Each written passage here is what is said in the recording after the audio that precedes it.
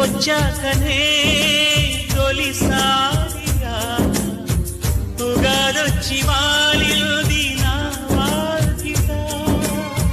మనని చూడగా తను విందుగా మనింట్లోనే ఉంటుంది ప్రతి పండుగ. ఏదో మాయగా ఉంది ఇంత సంతోషం, ఎంతో తీయగా ఉన్నది కొత్త సంసారం. ఏకాకి యాత్రలో ఏకైక బంధమా నీకోసమే నీన్నది నా జీవితం నీదైనది.